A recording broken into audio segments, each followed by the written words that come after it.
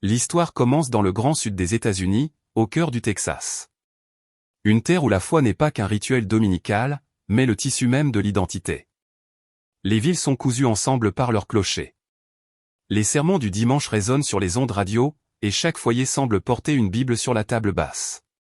Dans ce monde, la famille Johnson s'élevait fièrement depuis 4 générations. Ils étaient baptistes, fiers, inébranlés dans leur certitude. Sarah Johnson, la plus jeune fille du révérend Thomas Johnson, est née dans cet héritage. Dès qu'elle a su lire, son père a placé une Bible reliée en cuir dans ses petites mains. Il la faisait asseoir sur ses genoux dans leur modeste maison de Dallas et tonnait des versets de l'Exode et du Deutéronome sur les idoles, l'avertissant que les catholiques avaient déformé le pur évangile. Sa mère, Margaret, directrice de la chorale de l'église, entraînait les jeunes filles à chanter des hymnes sur la croix. Mais elle murmurait aussi de fermes avertissements à l'oreille de Sarah, « Souviens-toi, mon enfant, Marie n'était qu'un vaisseau, rien de plus. N'oublie jamais que le Christ seul sauve. » À l'âge de 10 ans, Sarah récitait déjà les Écritures de mémoire lors des études bibliques du mercredi soir. À 15 ans, elle débattait avec ses camarades de classe catholique au lycée. Armée de versets sur les vaines répétitions et l'unique médiateur entre Dieu et les hommes, les professeurs la décrivaient comme brillante, mais intense. Une fille dont les convictions brûlaient plus ardemment que celles de la plupart des adultes. Lorsqu'elle est entrée à l'université, il n'y avait guère de doute sur son chemin. Elle s'est inscrite à un séminaire baptiste réputé à Waco. Là, elle a dévoré les écrits de Luther, Calvin et des prédicateurs revivalistes américains. Ses professeurs admiraient sa perspicacité. Sarah a le cœur d'une guerrière, disait-il, convaincue qu'elle pourrait mener un réveil pour cette génération. Et elle l'a fait. À 30 ans, Sarah a été nommée pasteur principal de Grace Baptist Fellowship, une église de plus de 1000 membres à Dallas. Chaque dimanche, le sanctuaire résonnait du grondement des guitares, des tambours et des voix s'élevant en adoration. Ses sermons tonnaient à travers les haut-parleurs, le salut étant Christ seul. Pas de saint, pas d'image, pas de chapelet. Ne vous laissez pas tromper par les traditions vides. Son mari, John, se tenait à ses côtés, littéralement un musicien doué. Il dirigeait le groupe de louanges pendant que Sarah prêchait. Ensemble, ils étaient admirés comme un couple de foi influent et respecté. Leurs enfants, Daniel, Anna et le petit Matthew, grandirent en mémorisant les Écritures, en dirigeant les chorales de jeunes et en participant à des voyages missionnaires. Pour beaucoup, ils incarnaient l'image d'une famille chrétienne parfaite. Pourtant, derrière les applaudissements et dans les bancs remplis, Sarah portait un sentiment secret chaque fois qu'elle passait devant l'église catholique Saint-Michel de l'autre côté de Dallas. Le parking était toujours plein, des gens affluaient pour allumer des bougies, s'agenouiller devant des statues et murmurer des prières qu'elle considérait comme de l'idolâtrie. L'estomac de Sarah se tordait à chaque fois. Pauvres âmes perdues, pensait-elle en serrant le volant. Elle croit adorer Dieu, mais elle s'incline devant la pierre. Ainsi, sa mission devint claire, elle sauverait les catholiques de leurs erreurs. Semaine après semaine, elle prêchait une série le mercredi intitulée « Démasquer l'idolâtrie moderne ». D'anciens catholiques remplissaient les bancs, impatients d'entendre Sarah démanteler la foi qu'ils avaient abandonnée. Chaque conférence était remplie de versets, de logique et de passion. Pour sa congrégation, Sarah n'était pas seulement une pasteur. Elle était une guerrière de la vérité. Elle croyait que rien ne pourrait jamais ébranler cette certitude. Mais sous la terre du Texas, cachée depuis des décennies, quelque chose attendait. Et bientôt, Sarah Johnson, la guerrière baptiste, découvrirait que sa forteresse de foi n'était pas aussi inébranlable qu'elle le croyait. C'était fin octobre à Dallas. L'air commençait à se rafraîchir, les feuilles prenaient des teintes ambrées et la congrégation de Grace Baptist Fellowship était en pleine effervescence. Après des années de collecte de fonds, leur projet de rêve était enfin en cours, une toute nouvelle salle polyvalente. Elle accueillerait des rassemblements de jeunes, des études bibliques et des répétitions de chorale, une expansion qui symbolisait l'influence grandissante de l'Église dans la communauté. Les bulldozers rugissaient et les ouvriers de la construction suaient sous le soleil du Texas. Sarah se tenait sur le terrain avec son mari, John, les mains sur les hanches, fière de voir sa vision prendre forme. Elle avait dit à la congrégation, « C'est ici que le royaume de Dieu s'étendra. C'est ici que des âmes seront sauvées. » Les applaudissements avaient retenti dans l'église ce dimanche-là. Mais un après-midi de semaine, un cri d'alarme a coupé le bruit des marteaux-piqueurs. « Pasteur John, vous devez voir ça » a crié Miguel, l'un des ouvriers. Au fond d'une tranchée creusée pour les fondations, les hommes se sont rassemblés autour de quelque chose qui dépassait de la terre. Au début, Sarah a cru que c'était juste un vieux bibelot de jardin, mais quand Miguel a balayé la terre, une figure est apparue. Une petite statue, pas plus de 50 cm de haut. La femme sculptée dans le plâtre portait un manteau bleu fluide parsemé d'étoiles, ses mains jointes en prière, son regard baissé avec sérénité. Les couleurs étaient d'une fraîcheur incroyable, les détails nets, comme si elles n'avaient été cachées qu'hier. L'équipe murmurait entre eux en espagnol et una guadalupana. Un ouvrier se signa instinctivement. Un autre murmura, Mira, et la Pura Nova. Le cœur de Sarah se serra. Elle savait exactement ce que c'était, la Vierge de Guadalupe, l'image catholique la plus aimée de tout le Mexique, vénérée par des millions de personnes des deux côtés de la frontière. Pour les ouvriers, c'était une bénédiction. Pour Sarah, c'était une contamination. Sa voix claqua, enlevée sa dicie tout de suite. Les hommes hésitèrent. Ils voyaient la beauté, ils ressentaient la révérence. Mais Sarah voyait le danger. C'est de l'idolâtrie, déclara-t-elle, citant Deutéronome 7h5, démolissez leurs autels, brisez leurs pierres sacrées, abattez leurs poteaux sacrés d'Achéra et brûlez leurs idoles au feu. Certains ouvriers semblaient mal à l'aise. Un homme plus âgé, serrant un chapelet sorti de sa poche, marmonna, Noël Haga. Mais il se tut rapidement sous le regard de Sarah. John s'avança, prenant le parti de sa femme, elle a raison. On ne peut pas laisser cette chose ici. Pas sur une terre sainte. Ce soir-là, alors que le soleil déclinait, Sarah prit sa décision. Elle refusa de laisser la statue en entrepôt, craignant que même sa présence ne puisse polluer l'église. Au lieu de cela, elle prit les choses en main. Elle enveloppa la figure serrée dans un sac plastique noir, ses mains tremblant comme si elle touchait quelque chose de dangereux.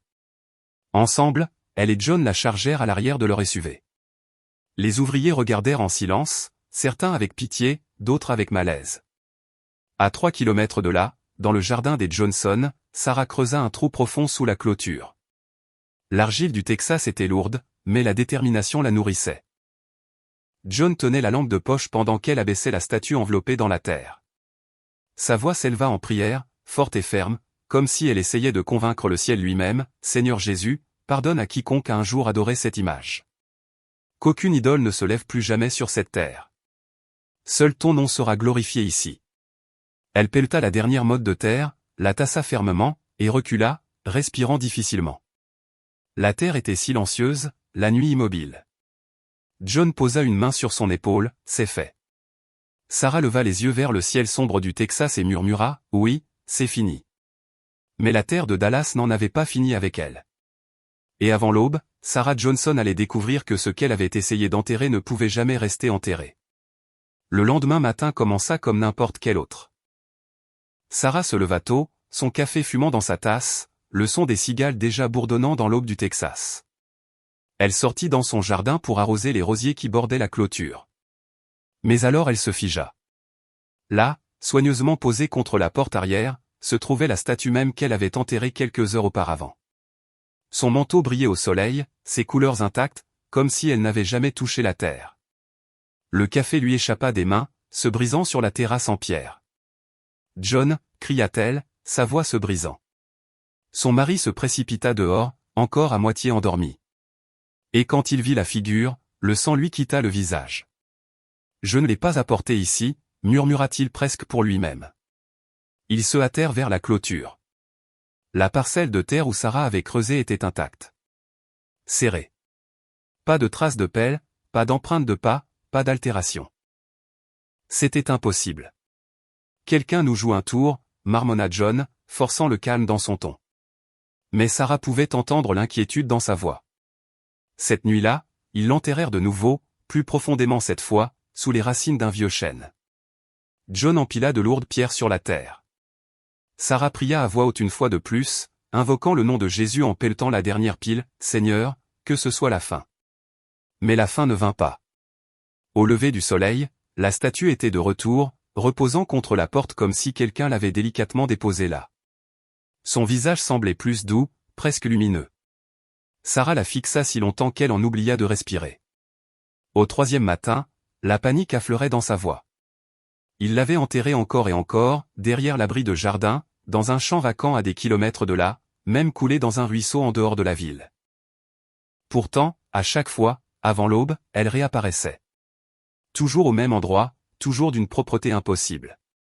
Ils vérifièrent les caméras de sécurité. Pendant des heures, les enregistrements étaient normaux jusqu'à la fenêtre exacte entre minuit et 4 heures du matin, où de la statique envahissait le flux, effaçant toute trace de ce qui s'était passé. Les enfants l'avaient remarqué. Daniel, l'aîné, confronta sa mère au petit déjeuner. « Maman, pourquoi est-ce qu'elle revient toujours? Si c'est maléfique, pourquoi ça a l'air si paisible ?» La cuillère de Sarah trembla dans sa main. Elle n'avait pas de réponse. Même le petit Matthew murmura une nuit, alors qu'elle le bordait, peut-être que Dieu ne veut pas qu'elle parte. Mais Sarah ne pouvait permettre cette pensée.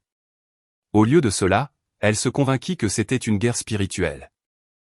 Dans les prières familiales, elle cita 2 Corinthiens 11h14, car Satan lui-même se déguise en ange de lumière. Elle oignit les portes d'huile, aspergea les pièces de prière et commanda à la présence de s'en aller. Pourtant, chaque matin, la statue revenait. Chaque réapparition érodait sa certitude. Chaque question sans réponse la tirait plus profondément dans un malaise qu'elle ne pouvait plus ignorer. Sarah Johnson, la guerrière de la foi, commençait à trembler. Dès la 3e semaine, l'épuisement s'accrochait à Sarah comme une ombre. Ses yeux étaient cernés par le manque de sommeil. Ses sermons s'embrouillaient, ses mots n'étaient plus tranchants. Elle avait passé nuit après nuit à enterrer la statue, pour la retrouver de nouveau à sa porte arrière, comme une invitée qui refusait de partir. Un soir, alors que la pluie fouettait les fenêtres et que le tonnerre grondait dans le ciel de Dallas, Sarah prit une décision, elle ne dormirait pas. Elle veillerait. À 2h45 du matin, la maison était silencieuse. John et les enfants plus âgés dormaient, bien que même eux aient commencé à chuchoter des questions qu'ils n'auraient jamais osé poser auparavant. Sarah était assise près de la fenêtre de l'étage, une couverture autour des épaules, la Bible sur les genoux, fixant le jardin.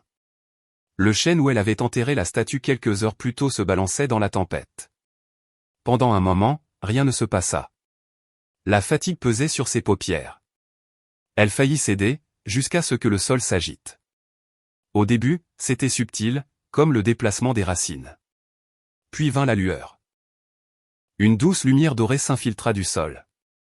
Faible au début, puis plus brillante, se répandant dans le jardin comme si l'aube se levait de dessous la terre. Sarah retint son souffle. Le sol se fissura, mais pas violemment.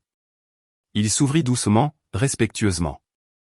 La statue de la Vierge Marie s'éleva lentement du sol, la terre tombant sans laisser une seule marque sur son manteau. Elle flotta vers le haut, la lumière irradiant de sa forme, jusqu'à ce qu'elle se pose de nouveau à la porte arrière. Puis vint le son, ni tonnerre, ni pluie, un chœur, des voix superposées, non de ce monde, s'élevant, angélique, emplissant l'air d'une mélodie à la fois obsédante et magnifique. Le genre de musique qui fait souffrir le cœur de désir. Les genoux de Sarah fléchirent. Elle pressa sa main contre la vitre, les larmes brouillant déjà sa vision. La statue leva son regard. Cette fois, les yeux n'étaient pas de pierre. Ils brillaient vivants, regardant directement Sarah avec une tendresse qu'elle n'avait jamais connue. Pas sévère, pas critique, seulement maternel, un amour plus profond que le langage, patient et féroce, comme s'il avait attendu des siècles juste pour ce moment. Sarah sanglota. 15 ans de sermons, de débats et de certitudes théologiques se brisèrent en un instant. Tous ses arguments sur l'idolâtrie s'évaporèrent sous le poids de ce regard. « Seigneur, si c'est le diable, murmura-t-elle à travers ses larmes, pourquoi cela semble-t-il si sain ?» En bas, John se réveilla en sursaut. Il se précipita vers la fenêtre, le visage pâle alors que la foudre illuminait le jardin. Il vit la lueur, entendit la musique éthérée, et recula. « C'est une tromperie, cria-t-il, saisissant le bras de Sarah. « Ne la regarde pas. » Mais Sarah ne pouvait détourner le regard. Pour la première fois de sa vie, elle ne ressentit pas de peur, mais la paix, une paix plus profonde que tout réveil, tout appel à l'autel, tout chant de louange qu'elle avait jamais dirigé. Alors que la musique s'estompait, la lueur diminua et la statue reposa de nouveau à la porte. La pluie tombait à verse, le tonnerre grondait, mais à l'intérieur de la poitrine de Sarah, le silence. Un silence lourd de vérité. Sa forteresse de certitude s'était brisée. Le matin se leva sur Dallas, mais le monde de Sarah ne semblait plus stable. La lumière qui pénétrait par les fenêtres de sa cuisine était le même soleil doré du Texas. Pourtant, à l'intérieur de sa poitrine, tout était différent. Elle l'avait vu. Elle l'avait entendu. Aucun argument, aucun verset, aucune doctrine ne pouvait effacer le souvenir de cette nuit, la lueur, la musique, les yeux qui semblaient vivants. Mais si ce n'était pas le mal, qu'était-ce donc? Au petit déjeuner, la famille Johnson était assise en silence. John remuait son café machinalement, évitant son regard. Daniel, l'aîné, demanda finalement, « Maman, vas-tu raconter à l'église ce qui s'est passé ?» La gorge de Sarah se serra. « Non, dit-elle rapidement. Il ne comprendrait pas. » Pourtant, la vérité était qu'elle ne comprenait pas non plus. Cette semaine-là, Sarah ouvrit sa Bible, non pour préparer des sermons, mais pour chercher désespérément, avidement, de la clarté. Des versets qu'elle avait survolés pendant des années refusaient désormais de rester silencieux.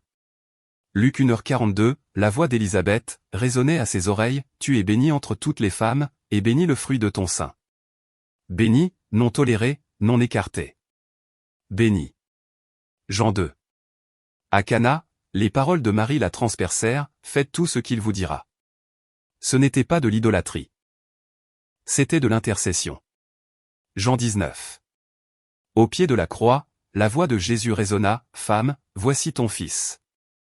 Voici ta mère. » Pour la première fois, Sarah se demanda, voulait-il dire Jean seul, ou chaque disciple qui le suivrait? Chaque passage était comme une fissure qui s'élargissait dans le mur qu'elle avait bâti toute sa vie. Tard dans la nuit, pendant que John dormait, Sarah s'asseyait sur le sol près de son lit, chuchotant dans l'obscurité, « Seigneur, si je me suis trompé sur Marie, sur quoi d'autre me suis-je trompé ?» Ses sermons commencèrent à changer. Les membres de l'Assemblée remarquèrent que le feu avait disparu de ses condamnations du catholicisme. Au lieu de dénoncer les statues et les chapelets, elle parlait de sainteté, d'humilité et de la recherche de la présence de Dieu. Certains apprécièrent le ton plus doux. D'autres murmuraient, « Elle perd de son mordant. » John était le plus troublé de tous. Un soir, il l'a confronté dans le salon. « Sarah, qu'est-ce qui t'arrive? Tu prêchais avec feu. Maintenant, tu as l'air douce, confuse. »« Je ne suis pas confuse, répondit-elle doucement. Je cherche. »« Tu cherches ?» Sa voix se brisa. « Sarah, nous avons déjà la vérité. Pourquoi cherches-tu ailleurs ?» Mais elle ne pouvait pas lui parler des nuits de prière, des larmes, de l'étrange paix qu'elle ressentait chaque fois que la statue revenait. Elle ne pouvait pas expliquer pourquoi les Écritures elles-mêmes semblaient lui chuchoter dans une nouvelle langue à son cœur. Pour la première fois en 15 ans de ministère, Sarah Johnson, la guerrière de la chair baptiste, n'était plus certaine de ses propres paroles. Et cette incertitude la terrifiait plus que toute vision n'aurait pu le faire. Les questions devenaient plus fortes chaque jour, résonnant dans le cœur de Sarah comme un tambour qu'elle ne pouvait faire taire. Elle avait passé des années à avertir les autres de la tromperie. Pourtant, maintenant, c'était elle qui se sentait trompée par sa propre certitude. Finalement, un samedi après-midi, Sarah gara son SUV en face de l'église catholique Saint-Michel. Pendant des années, elle était passée devant cet endroit avec dédain, secouant la tête devant les idolâtres qui y entraient. Maintenant, elle était figée derrière le volant, fixant les murs de briques et la haute flèche, ses mains tremblant sur le volant. « Si quelqu'un me voit ici, pensa-t-elle, la honte et la peur se battant en elle, mais la curiosité était plus forte. » Avec une profonde inspiration, elle sortit. À l'intérieur, l'église n'était rien de ce à quoi elle s'attendait. L'air était lourd du parfum d'encens et de cire de bougie.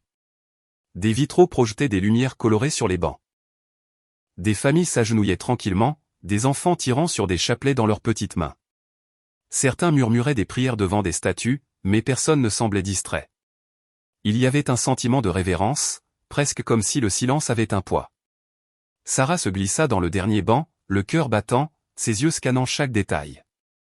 Elle s'attendait à voir de l'idolâtrie, du chaos, peut-être même de la superstition, mais au lieu de cela, elle vit de l'ordre, des Écritures et une concentration qu'elle n'avait pas anticipée. Ce soir-là, après la messe, un prêtre plus âgé s'approcha d'elle. Son visage était marqué par les années, mais ses yeux portaient de la gentillesse. « Vous semblez troublée, ma sœur, dit-il doucement. Voulez-vous parler ?» Pendant un instant, Sarah hésita. Puis les mots jaillirent d'elle comme une inondation, la statue dans son jardin, la lumière, la musique, les versets qui la hantaient. Elle parla de son éducation, de son ministère, de sa peur de perdre la tête. Le prêtre écouta sans interruption, hochant doucement la tête, les mains jointes.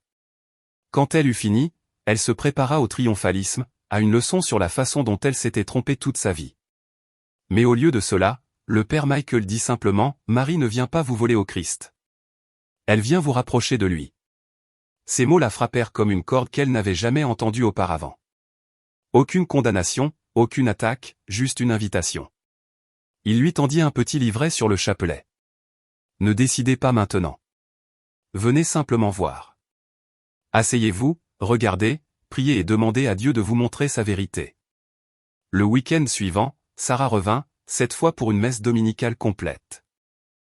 Elle s'assit de nouveau au fond, un carnet à la main, comme une étudiante. Ce qu'elle vit la secoua plus que les visions à la maison. La liturgie n'était pas centrée sur Marie du tout, mais sur le Christ, chaque lecture des Écritures, chaque prière adressée à Dieu, chaque hymne élevant le nom de Jésus. Marie n'était mentionnée qu'en relation avec lui, jamais à part.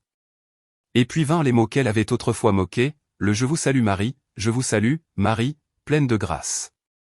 Tu es bénie entre toutes les femmes, et béni le fruit de ton sein, Jésus. » Elle retint son souffle. Ces mots n'étaient pas des inventions. Ils venaient directement des Écritures, les salutations de Gabriel et d'Élisabeth. La dernière pétition, « Priez pour nous, pécheurs », sonnait moins comme de l'adoration et plus comme le fait de demander à un ami de confiance d'intercéder. Elle quitta l'église secouée, confuse, mais étrangement en paix. Ce soir-là, incapable de résister, Sarah s'arrêta dans une petite librairie catholique. Elle se tint devant un étalage de chapelets, en bois, en verre, en argent. Avec des mains tremblantes, elle en prit un simple en bois, le genre qu'un enfant pourrait utiliser. À la maison, elle s'assit au lit, suivant les instructions du livret. Au début, la répétition lui sembla mécanique, voire fausse. Mais alors que les perles glissaient entre ses doigts, elle réalisa que ce n'était pas plus une vaine répétition que les chants de louange qu'elle avait chantés pendant des années. Des chansons répétées encore et encore jusqu'à ce que l'âme en croie la vérité. Chaque « Je vous salue Marie » la tirait plus profondément dans les mystères de la vie du Christ. Elle n'adorait pas Marie. Elle marchait avec elle, voyant Jésus à travers ses yeux.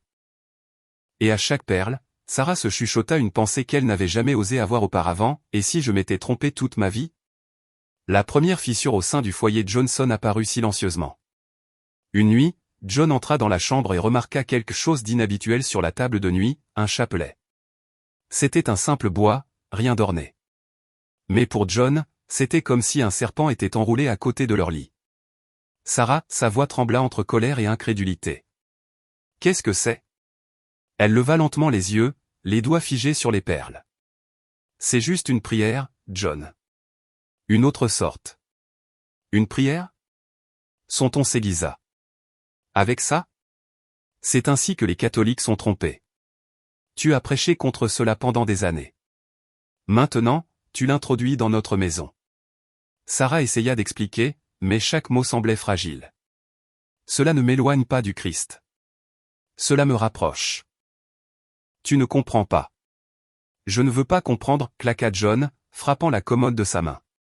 Sa voix se brisa sous le poids de la peur. Sarah, c'est une tromperie. Satan se déguise en ange de lumière, et tu y succombes. Leurs enfants entendirent la dispute à travers les murs.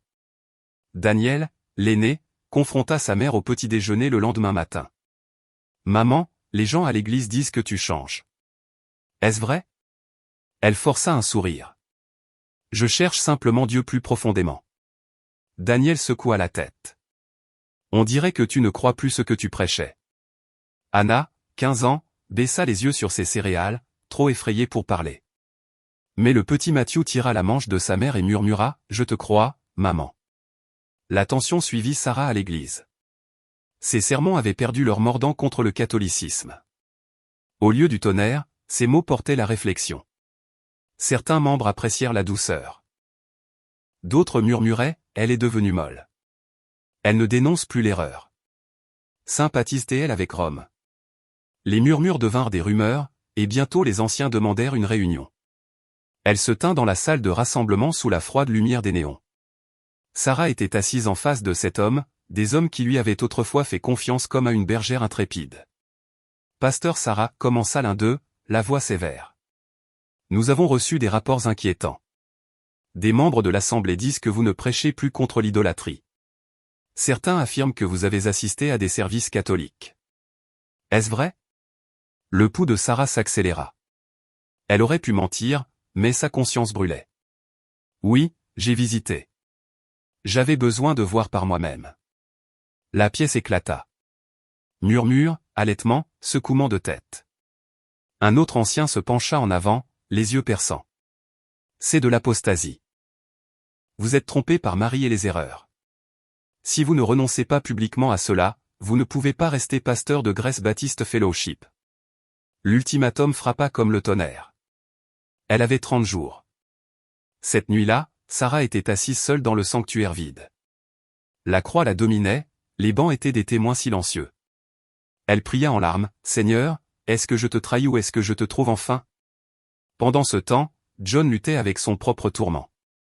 Il aimait sa femme, mais il aimait ses convictions plus encore. Pour lui, le chemin de Sarah ressemblait à une trahison. Pour Sarah, la résistance de John ressemblait à un abandon. Et entre eux, leurs enfants, déchirés, confus, effrayés, regardaient une famille de foi se défaire. Les 30 jours s'écoulaient comme une horloge qui battait dans la poitrine de Sarah. Chaque lever de soleil était plus lourd que le précédent. Elle priait, jeûnait, se plongeait dans les Écritures et implorait Dieu de lui donner de la clarté. Mais peu importe le nombre de versets qu'elle lisait ou le nombre de nuits qu'elle passait à genoux, la même vérité s'imposait avec plus de force. Elle ne pouvait plus nier l'appel qui tirait son cœur. Le dernier dimanche, le sanctuaire de Grace Baptist Fellowship était bondé. Des familles remplissaient les bancs, attendant que leur pasteur bien-aimé prenne la parole. Certains suspectaient des rumeurs, d'autres venaient prêts à la défendre. Tous les yeux étaient fixés sur Sarah alors qu'elle montait lentement à la chaire, un papier plié tremblant dans ses mains. Sa voix vacilla d'abord, puis se stabilisa. « Frères et sœurs, pendant 15 ans, j'ai prêché ici avec tout ce que j'avais. Je croyais défendre la vérité du Christ. Mais au cours de ces derniers mois, le Seigneur m'a ébranlé. Il m'a ouvert les yeux sur quelque chose que je ne pensais jamais possible. » Un murmure parcourut la pièce. La voix de Sarah se brisa alors qu'elle lisait les mots qu'elle avait écrits en larmes la nuit précédente, « Je crois que Dieu m'appelle dans l'Église catholique. Je ne peux pas tout expliquer, mais je sais que c'est réel. Je sais que c'est lui, et je ne peux plus nier ce qu'il me montre. » Le sanctuaire éclata. Certains haltèrent, d'autres pleurèrent. Quelques-uns crièrent, « Non. » Un ancien se leva. « C'est une trahison. C'est une hérésie. » John, assis au premier rang, serrait la Bible sur ses genoux, les jointures blanches, des larmes coulant sur son visage. Il s'avança lentement vers l'estrade, la voix brisée. « Sarah, si tu fais ça, notre mariage ne pourra pas survivre. » Les mots coupèrent plus profondément que tout sermon, plus acérés que toute écriture. Il se tourna vers la congrégation, s'étouffant en prononçant la phrase « Je ne peux pas marcher avec elle dans cette erreur. Je la libère, mais je ne suivrai pas. » La foule resta dans un silence stupéfait. Les enfants de Sarah pleuraient dans le banc. Daniel et Anna s'accrochèrent à leur père, incapables de regarder leur mère. Seul Matthew, avec des yeux grands et innocents, glissa sa petite main dans la sienne. « Je te suis, maman, murmura-t-il. » Sarah faillit s'effondrer, le poids de son choix s'imposant avec une brutalité finale. À ce moment-là, elle réalisa ce que l'obéissance lui coûterait, non seulement sa chair, non seulement sa congrégation, mais son mariage, sa maison et 2 de ses enfants. Cette nuit-là, elle fit une seule valise. Elle laissa derrière elle le presbytère qu'elle avait appelé chez elle, le mari avec qui elle avait construit sa vie, les enfants qui chantaient autrefois dans sa chorale. Ses pas résonnèrent dans le couloir sombre d'un appartement vide qu'elle avait loué à la périphérie de Dallas. Pas de guitare, pas de chorale, pas de congrégation, seulement le silence. Elle s'agenouilla sur le sol nu, un chapelet serré dans sa main, les larmes coulant librement. « Seigneur, j'ai tout perdu, mon mari, mes enfants, mon ministère. Mais si telle est ta volonté, alors permets-moi de te trouver ici. » Pour la première fois de sa vie, Sarah se sentit dépouillée de toute identité, pasteur, épouse, mère, leader. Tout ce qui restait était une femme à genoux, se rendant. Et dans ce silence vint la paix. Pas le triomphe, pas la joie, mais la paix tranquille et douloureuse de quelqu'un qui a tout déposé sur l'autel. L'hiver s'installa sur Dallas, avec ses cieux gris et ses vents froids. Pour Sarah Johnson, c'était plus qu'une saison. C'était un miroir de sa vie. Elle avait quitté la chair, laissé son mariage derrière elle et s'était éloignée de tout ce qu'elle avait construit pendant 15 ans. Maintenant, elle vivait dans un modeste appartement en périphérie de la ville avec rien d'autre qu'une valise, une Bible et la statue qu'elle avait autrefois tenté d'enterrer. Le silence était brutal. Pas de voix de chorale, pas de salutation dominicale, pas de rire d'enfants remplissant le presbytère. Certaines nuits, Sarah se recroquevillait sur le tapis fin et pleurait jusqu'à ce que son corps tremble. Ai-je perdu la raison? Où ai-je enfin trouvé la vérité? Mais lentement, un nouveau rythme commença à prendre forme. Chaque dimanche matin, au lieu de prêcher, Sarah s'asseyait tranquillement au dernier banc de l'église catholique Saint-Michel. Au début, elle se sentait exposée, honteuse, attendant les regards ou les murmures, mais personne ne jugeait. Les paroissiens se contentaient de sourire, acquiesçant avec la compréhension silencieuse de personnes qui, à leur manière, avaient toutes porté des croix. Pendant les cours de catéchuménat, RCIA, elle redevint étudiante. Elle écoutait les catéchistes expliquer des doctrines qu'elle avait autrefois moquées, la communion des saints, la vie sacramentelle, le rôle de Marie en tant que mère de l'Église. Au début, elle résistait, s'accrochant à d'anciens arguments. Mais au fil des semaines, elle réalisa que les pièces s'assemblaient plus magnifiquement qu'elle ne s'était jamais permis de le voir. Sa première confession fut bouleversante.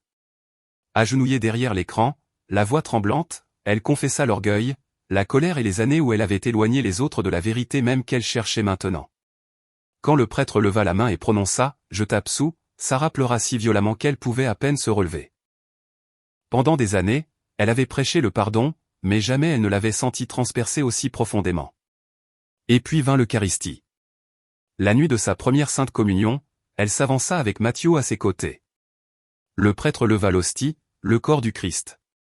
Sarah murmura « Amen », et pour la première fois goûta ce qu'elle croyait être maintenant la présence réelle de son Sauveur. Elle retourna à son banc, le visage enfoui dans ses mains, submergée par la crainte. « Seigneur, tu étais là depuis le début. » De retour dans son appartement, Sarah et Matthieu construisirent un petit autel dans un coin de leur salon. Ils placèrent la statue de Marie, celle qui avait refusé de rester enterrée, sur une étagère en bois entourée de bougies et de fleurs fraîches. Chaque nuit, mère et fils récitaient le chapelet ensemble. Parfois, Sarah pleurait au milieu de la prière, submergée par l'ironie. Les perles qu'elle avait autrefois dénoncées comme de vaines répétitions devinrent désormais sa bouée de sauvetage. La vie restait difficile. Les factures s'accumulaient. John refusait de lui parler, sauf par l'intermédiaire d'avocats. Daniel et Anna restaient distants, répondant froidement à ses messages. Par moments, la solitude l'écrasait. Pourtant, dans le calme de son appartement, Sarah trouva une paix qu'elle n'avait jamais connue. Dans le brouhaha de la méga-église, les voisins commencèrent à remarquer. Une femme du même couloir frappa un soir et demanda « Êtes-vous l'ancienne pasteur Baptiste dont les gens parlent ?» Sarah l'invita, lui servit du café et partagea son histoire. Cette conversation se transforma en plusieurs. Bientôt, des chercheurs, d'anciens baptistes, des évangéliques désabusés, même quelques catholiques qui s'étaient éloignés, s'asseyaient dans son minuscule salon pour poser des questions sur la foi. Elle ne tenait plus du haut d'une chaire. Au lieu de cela, elle partageait ses larmes, ses cicatrices, la simple vérité qui l'avait changée, Marie ne m'a pas éloignée de Jésus. Elle m'a porté plus près de lui. Dans ce petit appartement, avec une bougie vacillante devant la statue de la Vierge, Sarah Johnson recommença, non pas comme une prédicatrice de certitude, mais comme un témoin de la grâce. 5 ans passèrent. La femme qui tenait autrefois du haut d'une chaire baptiste menait désormais une vie plus tranquille, mais qui portait des fruits qu'elle n'avait jamais imaginés. Sarah Johnson n'était plus présentée comme la pasteur Sarah. Au sein de sa famille paroissiale catholique, elle était simplement sœur Sarah. Ses journées étaient remplies de petits gestes ordinaires, enseigner le catéchisme aux enfants, visiter les malades avec la communion, et diriger un groupe de prière hebdomadaire pour ceux qui s'interrogeaient sur la foi. Mais son histoire, son témoignage, était ce que Dieu semblait utiliser le plus. La nouvelle se répandit à Dallas et au-delà, concernant la pasteur Baptiste qui avait tout quitté après une mystérieuse rencontre avec une statue de Marie. D'anciens évangéliques commencèrent à la rechercher. Certains venaient avec colère, d'autres avec une curiosité prudente. Elle ne se disputait plus jamais. Elle ne brandissait plus les versets comme des armes.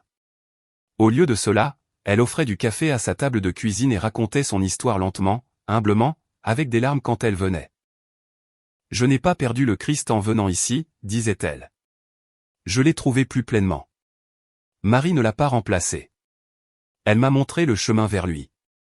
Son fils Matthew, maintenant adolescent, devint son plus fidèle compagnon. Chaque soir, il allumait la bougie devant leur statue de Notre-Dame, priant non seulement pour lui-même, mais pour son père et ses frères et sœurs. « Maman, dit-il un soir, si la Vierge a pu te changer, elle peut changer n'importe qui. » Et lentement, des fissures commencèrent à apparaître dans les murs autour de sa famille. Son aîné, Daniel, autrefois son plus fervent critique, lui envoya une lettre de l'université. « Maman, je ne peux plus le nier. Tu n'as jamais cessé de nous aimer, et je vois la paix en toi. Je ne peux pas expliquer. Je commence à lire sur le catholicisme avec un cœur ouvert. » Sarah serra la lettre contre sa poitrine et pleura, cette fois de joie. Même John, toujours fermement baptiste, s'adoucit. Il vint une fois l'entendre parler lors d'un petit rassemblement œcuménique. Ensuite, il la prit à part, les yeux baissés. « Je ne suis toujours pas d'accord avec ton choix, admit-il. Mais j'ai eu tort de dire que c'était une tromperie. Je vois maintenant que tu aimes Jésus plus que jamais. Peut-être ai-je jugé trop vite. Ce n'était pas une réconciliation, mais c'était une porte entr'ouverte. » Pendant ce temps, les rassemblements dans l'appartement de Sarah grandirent. Ce qui avait commencé par la question d'une voisine se transforma en le pont, The Bridge, un apostolat qu'elle cofonda avec d'autres anciens pasteurs protestants ayant suivi des chemins similaires. Ils organisaient des études bibliques, des soirées de dialogue et des retraites pour les chercheurs. D'anciens luthériens du Minnesota, des baptistes de l'Oklahoma, des pentecôtistes de Houston, des personnes attirées par le même appel mystérieux que Sarah avait autrefois résisté. Même le diocèse le remarqua.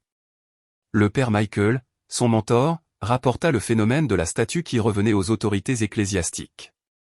Des pèlerins commencèrent à venir, certains repartant avec une paix qu'ils ne pouvaient expliquer, d'autres affirmant des guérisons émotionnelles ou même physiques. Pour Sarah, ce n'était pas de la superstition. C'était simplement le signe d'une mère qui avait refusé de l'abandonner. Pour le 5e anniversaire de sa réception dans l'église, la paroisse Saint-Michel organisa une grande célébration de remerciements. Le sanctuaire était plein, paroissiens, chercheurs, même quelques baptistes curieux de voir la femme qu'ils avaient autrefois appelée apostate. À la fin, le père Michael invita Sarah à prendre la parole. Elle se tint à l'ambon, les mains tremblantes, regardant la foule. « Mes amis, dit-elle, la voix empreinte d'émotion. J'ai un jour enterré cette statue parce que je pensais que Marie était un mensonge. Mais Dieu a utilisé cet acte même pour découvrir la vérité. Marie ne m'a pas éloigné de Jésus. Elle m'a porté directement dans ses bras. J'ai tout perdu en suivant cet appel. Mais en perdant, je l'ai gagné plus pleinement que je n'aurais jamais rêvé. » L'église était silencieuse, des larmes scintillaient sur les visages des bancs. Cette nuit-là, de retour dans son appartement, Sarah s'assit devant la statue, la lumière des bougies vacillant sur son visage serein. Elle murmura, « Merci de ne pas avoir abandonné quand je t'ai rejeté. Merci de m'avoir porté à ton fils. Tu es vraiment une mère. » Matthew la rejoignit, déposant des roses fraîches à l'autel. Ensemble, ils prièrent, non seulement pour eux-mêmes, mais pour John, pour Daniel et Anna, pour chaque âme encore en quête. Et Sarah savait que sa mission ne faisait que commencer. La femme qui avait autrefois enterré la Vierge vivait maintenant pour l'élever, non pas comme une déesse, mais comme un guide, une mère, un témoin du Christ. Le parcours de Sarah nous rappelle que la foi nous coûte souvent tout ce que nous avons de plus cher. Mais dans cet abandon, Dieu nous rend plus que ce que nous n'aurions jamais imaginé. Si son histoire a touché votre cœur, nous vous invitons à marcher avec nous sur ce chemin de grâce. Veuillez prendre un moment pour aimer cette vidéo et vous abonner à notre chaîne, afin de ne pas manquer la prochaine histoire d'espoir, de foi et de transformation. Ensemble, continuons à partager la lumière qui change les vies.